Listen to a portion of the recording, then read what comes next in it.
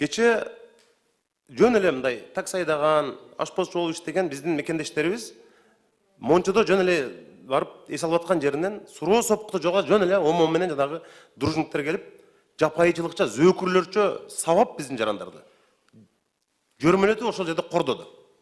Жанагындай ачуу калемпирлерди жарым килограмм жедирди дейт. Жөн эле. Эмнеге десе, силер бизге жакпайсыңар деп. Эмне бул стратегиялык өнөктөш, союздашпыз деп Евразиясында отурабыз, биздин жарандарды аябай мындай жапайыларча кордоп атпайбы?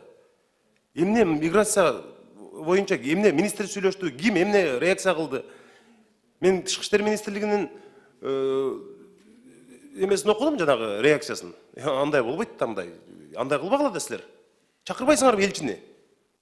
Нотаны карматпайсыңар колуна. Эмне үчүн биздин жарандарды мына ушундай кылат? Сиз айтып атасыз, 70 тиги Орусиядагы биздин 70 000 мигрантыбыз ошондой кордогон жок, кайтып келгени жакшы. Мына ушул жерде иштесин. Ошентип коруп алып, мына ошентип жанагындай жерде тамекилердин баарын бырчалап жанагы оозуна жедирип атат биздин мигранттардычы.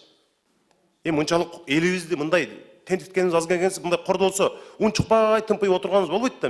Тышкы иштер министрлигинин реакциясын көрдүм мен. Ушундай болду, маалымат берип коюп, ал маалыматты элдин баары билет.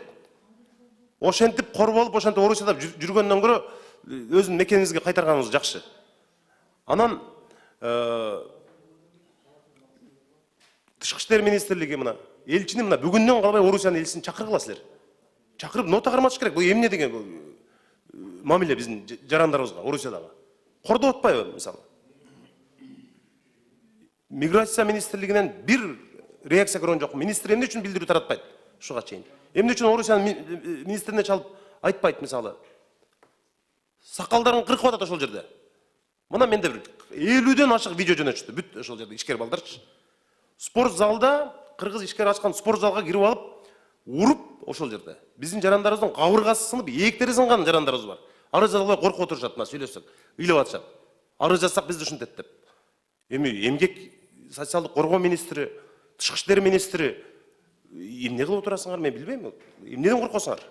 Жообун бериш керек аларга. Эмне эгемендүү өлкөбүз биз. Анчалык мындай мамиле болбойт.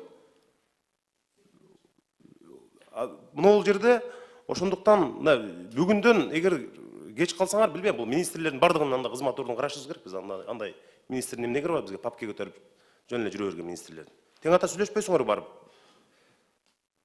Мен мындай таң калам да ошого.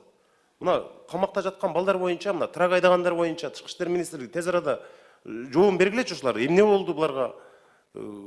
Жөн эле мындай күнөөсүз да, күнөөлүү болсо мейли, жанагындай кээден маңзат менен кармалып калган же жанагы адам өлтүрүү боюнча болсо, мисалы, оор кылмыштар. Аны түшүнсө болот эми, анча-мынча көпчүлүктө ката кетирген адамдар болот. Бирок мына Бельгияда, Голландияда, керек болсо ошол мына Африка өлкөлөрүндө, Нигериядан бери кыргыздар жатат түрмөлөрдөчү. Анан сиздер барып карап атабыз деп атасыздар, балким карап аткан болушуңар да мүмкүн. Бирок бул жерде биздин өкмөттүк органдар, жеке менчик компанияларга, фирмаларга таштап койбой иш кылыш керек да.